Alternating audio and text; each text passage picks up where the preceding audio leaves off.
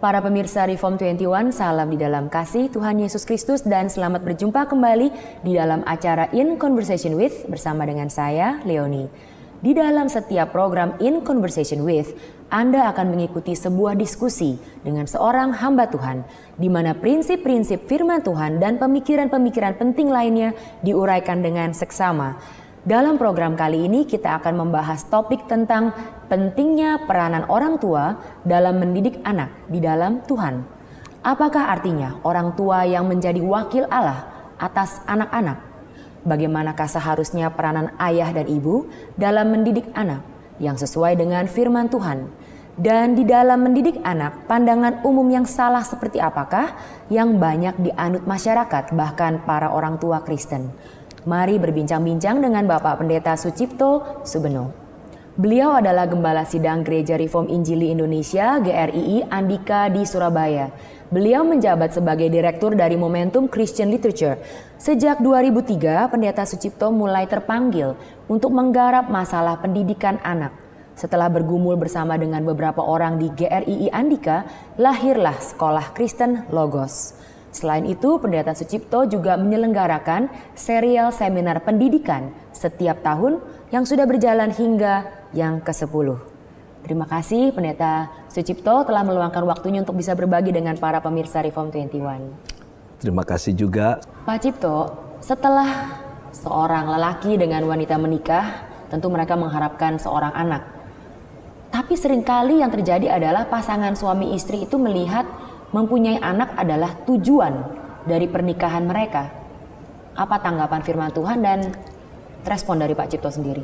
Ya, sebetulnya secara hakikat keinginan atau kerinduan satu pasang suami istri untuk memiliki anak bukan hal yang salah. Karena memang Tuhan memberikan kapasitas prokreasi kepada keluarga. Jadi seorang anak hanya boleh ada, hanya boleh dilahirkan dari satu keluarga yang sudah sungguh-sungguh menikah dengan benar. Sehingga kalau satu suami istri, satu pasang ingin punya anak, saya rasa itu bukan hal yang salah. Tapi kalau itu kemudian menjadi tujuan utama dari sebuah pernikahan, saya rasa itu terlalu berlebihan. Karena memang Tuhan bukan menuntut atau menginginkan pernikahan sekedar untuk sebuah prokreasi atau sekedar punya keturunan.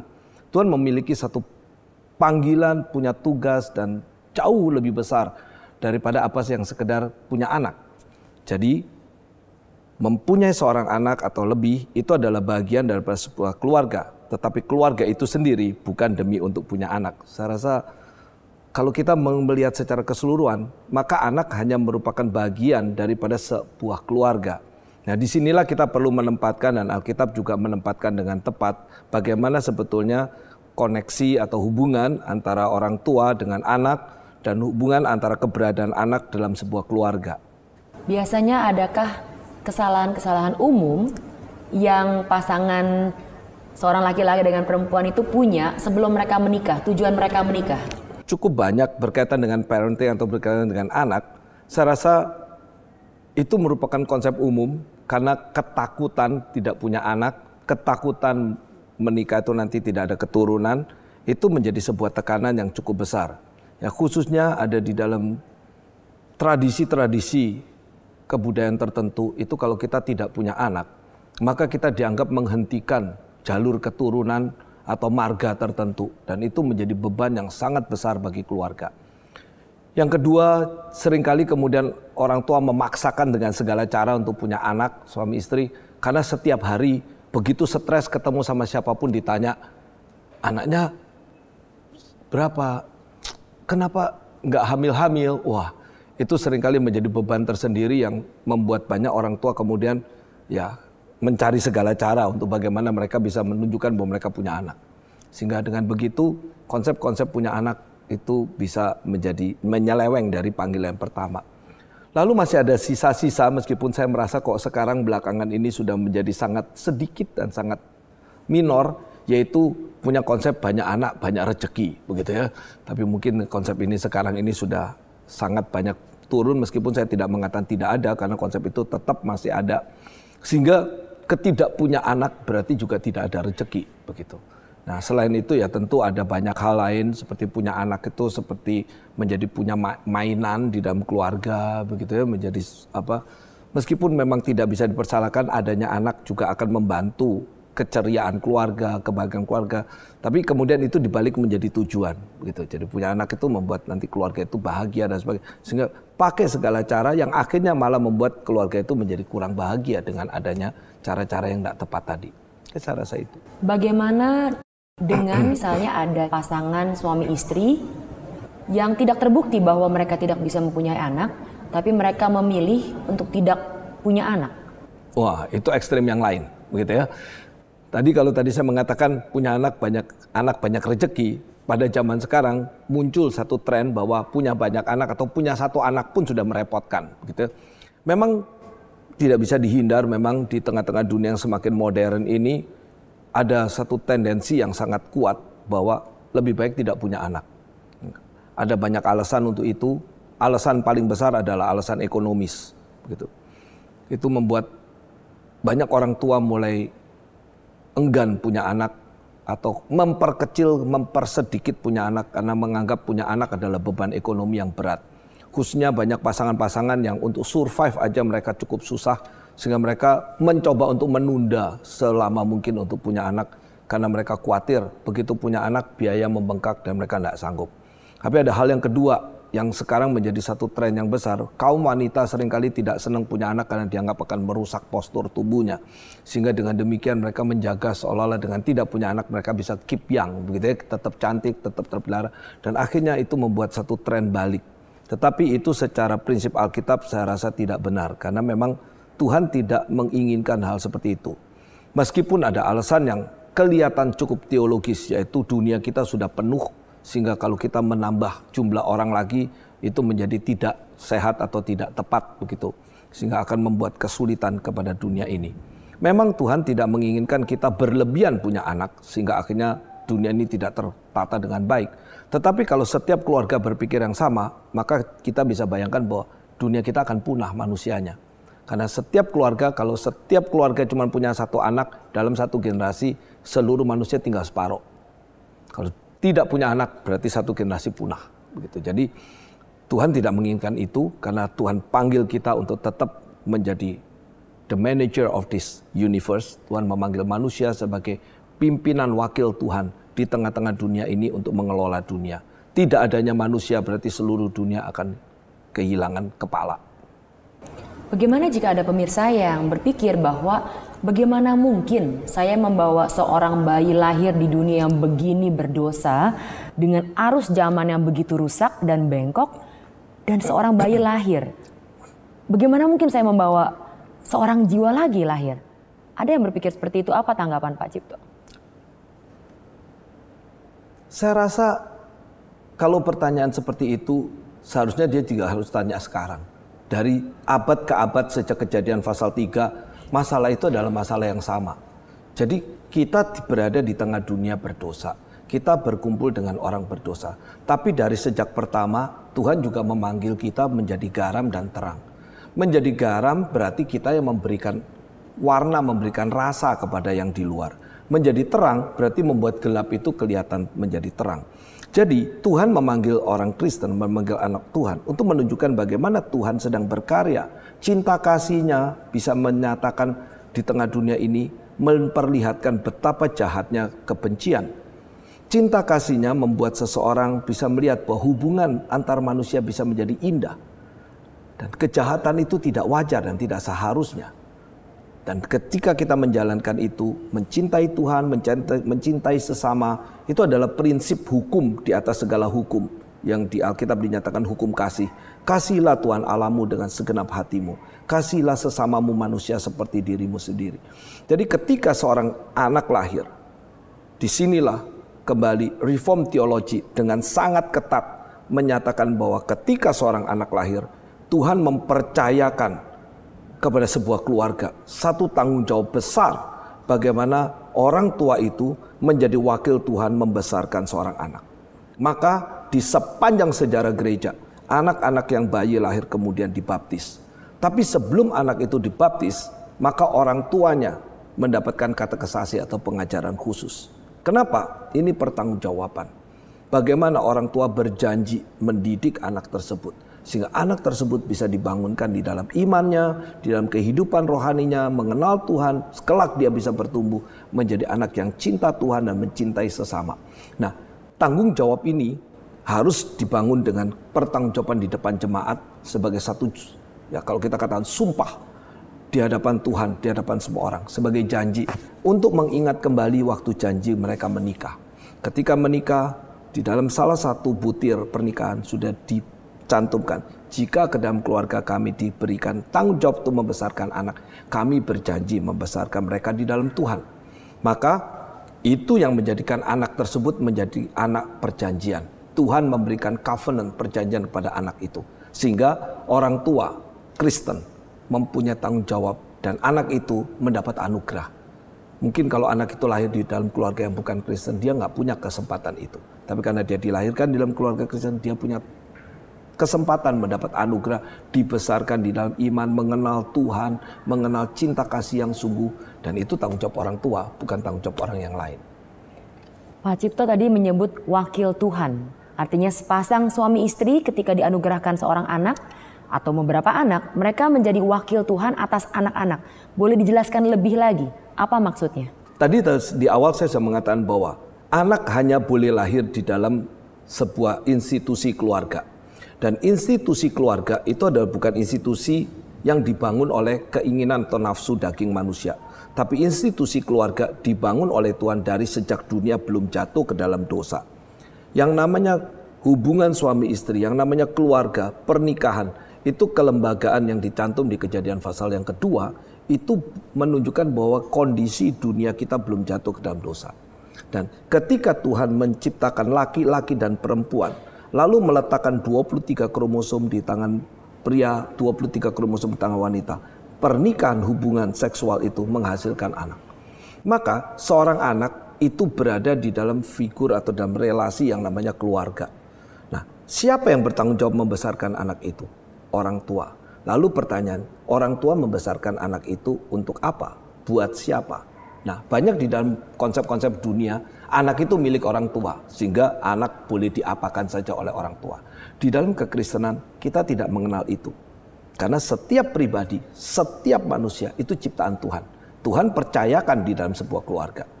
Dan ketika Tuhan mempercayakan satu keluarga boleh membesarkan anak, maka keluarga itu harus sadar dia tidak membesarkan anak itu untuk obsesi dirinya sendiri, menjadi kepuasan daripada ambisinya atau bahkan emosinya dia. Sehingga kalau dia memarahi anak sesuka-sukanya karena dianggap itu seperti barang miliknya yang boleh dianiaya, ataupun sebaliknya dia bisa spoil anak itu sesuka-sukanya seperti mainan dia, ataupun bisa melakukan apa yang dipaksakan. Enggak. Dia harus membesarkan anak itu seperti apa yang Tuhan inginkan untuk anak itu menjadi. Nah, disinilah konsep bahwa orang tua itu mewakili Tuhan membesarkan anak. Lebih jauh lagi di dalam konsep pernikahan, anak dibangun di dalam sebuah keluarga supaya anak itu bisa bertumbuh menjadi satu anak rohani. Maka posisi dan peran orang tua sangat menentukan bagaimana anak itu bertumbuh secara rohani. Ya, saya selalu mengatakan di dalam kelas premarital, mulai daripada pembangunan kehidupan keluarga, coba siapkan. Seorang ayah harus tahu perannya, bagaimana dia mewakili Kristus, bagaimana hubungan dia dengan istrinya. Ketika seorang istri, dia menikah, dia mewakili jemaat. Bagaimana jemaat berelasi dengan Kristus, begitu juga istri berelasi dengan suami. Maka seorang anak jika dibesarkan dalam keluarga yang baik, ketika orang bertanya, menurut kamu Tuhan seperti apa? Anak paling baik akan menjawab, Tuhan itu seperti papa, bagaimana dia bersikap sama mama. Lalu kalau gitu kamu jadi orang Kristen seperti apa? Ya kayak mama kepada papa. Jadi peran daripada papa mama di dalam keluarga itu akan membuat seorang anak akan terbentuk, mendapat contoh dan sekaligus format bagaimana dia mempunyai bentuk kerohanian yang baik. Nah, kalau keluarganya, ayah ibunya berada dalam kondisi yang confused, anak juga confused. Dia akan bingung bagaimana membayangkan Tuhan. Apalagi kalau dia punya papa yang kejamnya luar biasa, maka tanpa sadar dia akan melihat Tuhan itu kejam. Kalau dia punya mama yang semaunya saja berbuat sembarangan, maka dia akan punya prinsip jadi orang Kristen juga sembarangan. Nah, figur perwakilan, representative office ini tadi, itu begitu uniknya dibukakan oleh Alkitab. Sehingga Alkitab mengatakan, this is the great mystery. Ini rahasia besar. Yang kalau kita nggak kembali kepada firman Tuhan, konsep ini nggak ada. Nggak bisa ditemukan. Nah, ini yang saya harapkan setiap orang tua Kristen sadar bahwa dia memiliki satu heritage, satu pusaka yang begitu agung yang Tuhan percayakan pada mereka, di mana mereka bisa membesarkan anak-anak. Setelah dijelaskan oleh Pak Cipto, itu sepertinya pasti menjadi satu wake up call bagi para orang tua yang menyaksikan program ini, karena mungkin mereka belum pernah atau tidak terlalu memikirkan bahwa ternyata seorang ayah dan ibu itu perannya besar sekali dan tanggung jawab itu besar sekali di mata Tuhan gitu ya, calling itu. Nah, calling Pak, karena ternyata menjadi orang tua itu pun satu panggilan, satu calling. Boleh tolong dijelaskan maksudnya gimana? Iya, kenapa disebut sebuah calling? Karena Alkitab dan juga fakta dunia mengatakan tidak semua orang dikasih kesempatan untuk membesarkan anak. Satu. Kedua, setiap anak yang dibesarkan di sebuah keluarga, bahkan adanya beberapa anak di dalam keluarga, menunjukkan bahwa anak bukan pabrik, bukan sebuah produk susis yang semuanya sama persis. Tuhan menciptakan setiap orang unik, sehingga setiap keluarga punya anak juga unik. Nah, Tuhan mempercayakan setiap anak dengan porsinya, dengan talentnya, dengan karakternya, dengan keberadaannya. Setiap anak unik, meskipun itu di dalam satu keluarga. Maka setiap orang tua punya sebuah panggilan, bukan karena dia mau, bukan karena sekedar sebuah hubungan seksual, tetapi sebuah panggilan di mana Tuhan memberikan satu kemungkinan untuk dia boleh membesarkan seorang anak. Nah, waktu dia menyadari ketika saya mengerjakan sesuatu, itu bukan karena sekedar karena terpaksa kerja, bukan karena juga emang naturnya begini, sehingga itu akan dikerjakan dengan begitu saja. Tapi ini menjadi sebuah panggilan. Ketika saya mengerjakan sesuatu, termasuk profesi saya, saya sadar Tuhan panggil saya untuk kerjakan ini. Maka ada satu pertanggungjawaban, ada satu kesadaran bahwa perbuatan saya ini bukan sekedar saya dengan objek itu, tetapi saya dengan Tuhan berkaitan dengan objek itu. Maka ketika saya melihat anak saya melihat bagaimana saya berelasi dengan Tuhan dan bagaimana pertanggungjawaban saya dengan Tuhan dalam saya menggarap anak tersebut. Nah, kalau saya tidak punya konteks calling, maka hubungan saya dengan anak saya, hubungan saya dengan anak saya, di mana Tuhan tidak ada urusan dengan itu. Tapi begitu saya sadar adanya anak ini, itu membawa saya kepada satu panggilan, membesarkan dia, membawa dia mature, dewasa untuk nanti Tuhan pakai. Maka hubungan saya menjadi bagaimana saya bertanggung jawab ke atas. Nah, itu membuat seluruh setting berubah. Jika ada pemirsa yang bertanya tentang tadi Pak Cipto kan menyebutkan milik pusaka daripada Allah. Itu dalam Mazmur 127. Nah, boleh tolong dijelaskan lagi supaya para pemirsa lebih mengerti maksud daripada Mazmur 127 ini, bahwa anak-anak itu adalah milik pusaka daripada Allah. Yang saya sangat khawatir pada zaman-zaman sekarang ini, banyak orang yang terpengaruh dengan pendidikan modern, tidak lagi melihat keistimewaan manusia. Dengan sangat sedih, saya melihat kadang-kadang ada banyak keluarga yang mungkin anjingnya lebih berharga daripada anaknya. Dia nggak bisa membedakan mana binatang, mana manusia. Nggak bisa melihat siapa yang nanti bisa ke surga dan ke neraka, siapa yang akan selesai di tengah dunia ini aja. Siapa yang memiliki nilai kekekalan, siapa yang tidak memiliki kekekalan. Dan yang lebih signifikan, siapa yang berakal budi, dan siapa yang hanya sekedar berintuisi. Alkitab dengan tegas mengatakan manusia adalah manusia, karena dia adalah image of God. Dia adalah imago Dei. Dia dicipta begitu dahsyat menurut gambar dan rupa Allah sendiri. Dan itu tidak bisa didekatkan, jangankan dipersamakan, didekatkan dengan segala macam binatang. Di dalam penciptaan, Tuhan sengaja memberikan segala macam binatang untuk diberi nama oleh Adam. Dan Adam berusaha untuk menilai. Dan Adam melihat tidak ada satupun yang sepadan untuk dia. Itu sebuah kesimpulan yang sangat teologis dan sangat tepat. Itu pengertian natur yang begitu mendalam. Tapi di tengah-tengah dunia modern, pengaruh daripada konsep evolusi membuat manusia sama binatang sudah tidak jadi beda. Bahkan kalau mau dikatakan banyak manusia lebih hina dari binatang. Nah, Tuhan ingin kita kembali dengan firman sadar bahwa manusia itu manusia. Dia begitu bernilai. Mungkin anak kita belum bisa apa-apa. Mungkin dia baru berusia 1 bulan, 2 bulan. Begitu merah, begitu tidak berdaya. Tapi bagaimanapun dia satu manusia. Ujung-ujungnya dia bernilai kekal. Dia bisa ke surga dan dia bisa ke neraka. Dia adalah sekalipun kecil, dia berakal budi. Dan dia satu manusia. Kalau kita nggak bisa mengerti pusaka yang begitu agung yang Tuhan percayakan pada kita, bagaimana kita bisa menghargai apa yang Tuhan berikan pada kita? Dan lebih daripada itu, kita juga nggak bisa menghargai apa kepercayaan yang Tuhan berikan kepada kita.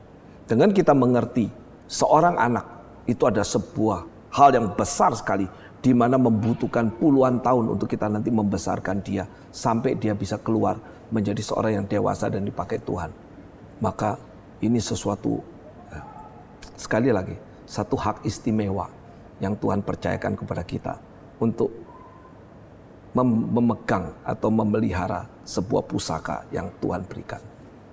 Dalam Alkitab menjelaskan dengan jelas bagaimana anak itu milik pusaka daripada Allah. Tapi pada kenyataannya seperti yang Pak Cip jelaskan, tidak seperti itu.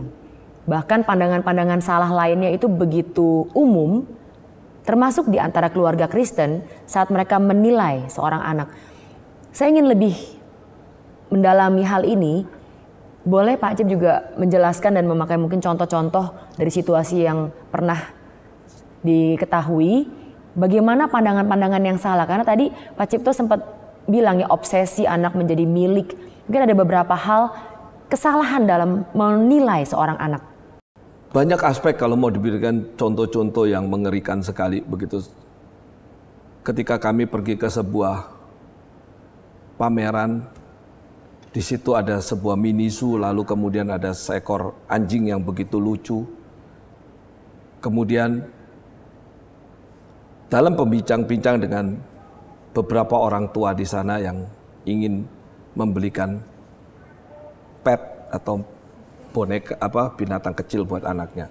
Kemudian tuntutan daripada pemeliharaan boneka binatang kecil itu begitu mahal.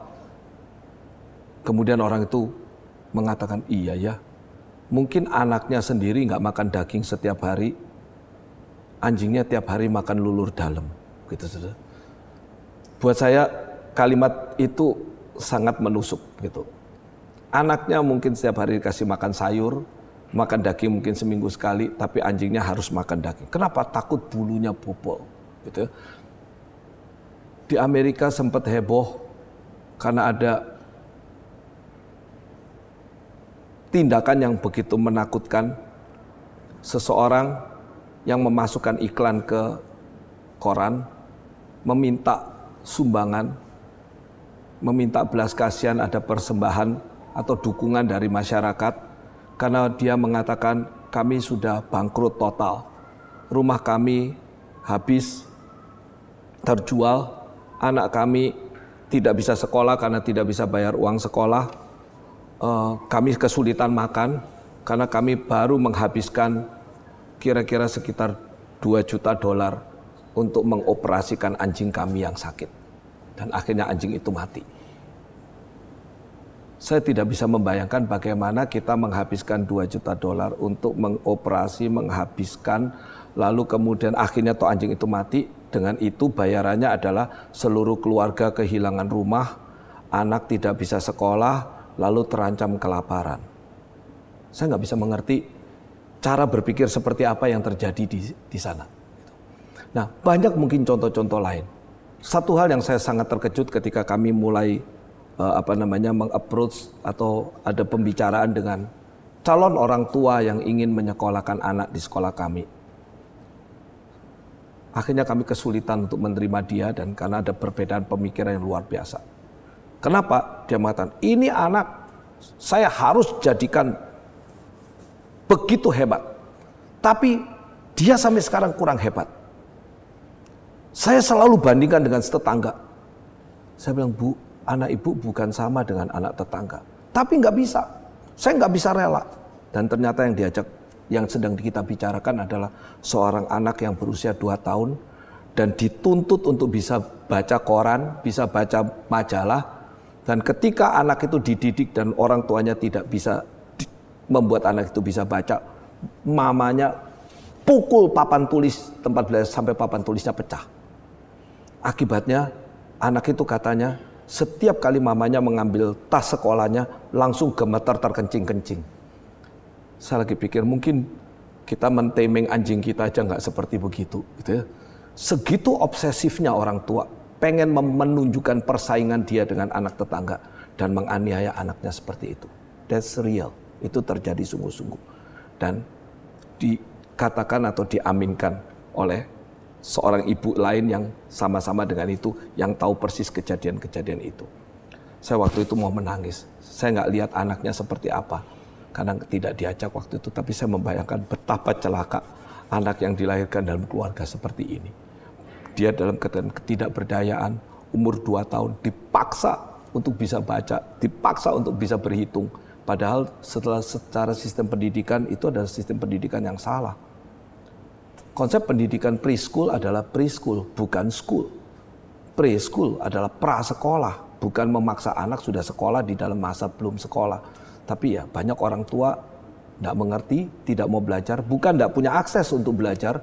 Sebetulnya akses di dunia modern ini sangat banyak, buku-buku tentang parenting sangat banyak, buku tentang psikologi perkembangan anak sangat banyak, kemampuan anak di usia tertentu juga bisa diakses dengan sangat banyak, tetapi ketidakingintahuan dan keinginan obsesi orang tua begitu dahsyatnya, sehingga anak itu akhirnya teraniaya. Hasilnya apa? Nanti setelah usia menengah mereka sudah fatigue, mereka sudah enggan sekolah, mereka sudah males. Yang lebih celaka ketika itu terjadi mungkin anaknya bakal dipukulin lagi sama orang tua, saya nggak tahu lagi. Jangan kaget kalau waktu remaja mereka akan menjadi anak yang liar karena pemberontakan yang sudah tidak bisa tahan. Ya, ini mungkin beberapa contoh yang bisa kita temukan real di sekitar kita. Saat para orang tua Kristen yang menyaksikan program ini, mereka mungkin berkaca dan mereka merefleksikan bagaimanakah saya sendiri selama ini.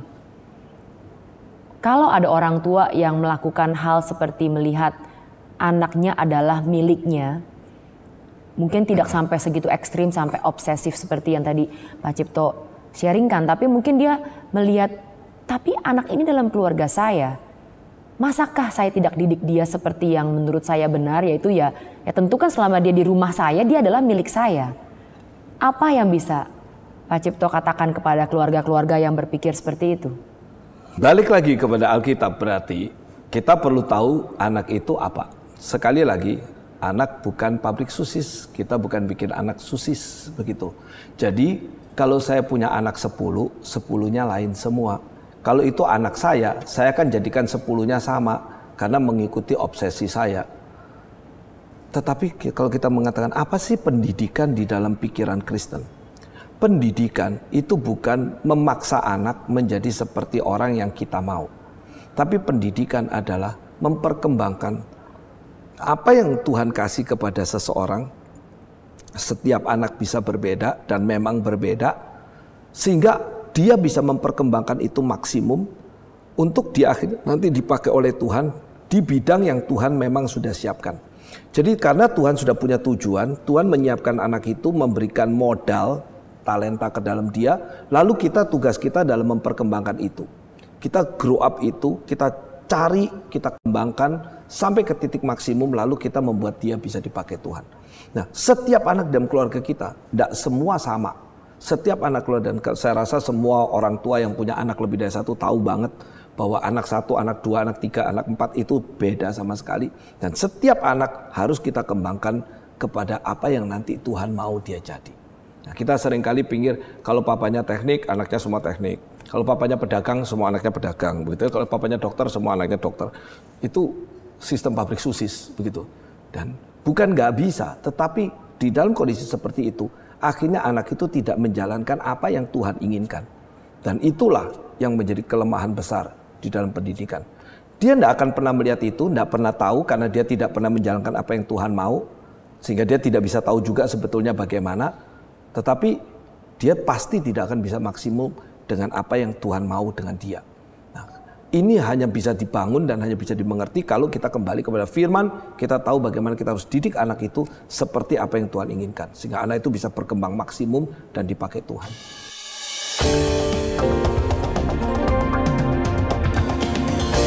Masa depan gereja, masa depan masyarakat sangat bergantung kepada mereka yang sekarang baru umur mungkin 3 tahun, mungkin 5 tahun, mungkin 10 tahun. Ada ibu-ibu yang terpaksa bekerja bukan karena dia kepingin bekerja. Maka pertanyaan pertama adalah apa yang dia bisa coba canangkan supaya tugas utamanya tidak hilang. Maka di dalam bagian ini saya selalu mengatakan, ayo kalau seorang istri ikut membantu suami di dalam mencari nafkah, tolong suami juga consider itu, membantu tugas istri di dalam rumah tangga. 0-3, anak tidak berbuat sesuatu, tapi anak sedang menyerap sebesar-besarnya. Semua pendidik tahu 0-3 itu anak seperti spons. Apa aja dikasih diserap sama dia. Nah, justru di situ saya kembali kepada 2 hal tadi. Anak itu butuh mendapatkan pendidikan kebenaran. Bagaimana dia terdidik dengan kebenaran sehingga yang dia absorb itu bukan hal yang salah. Yang dia serap itu bukan hal yang salah. Semua yang dia serap itu hal yang terbaik.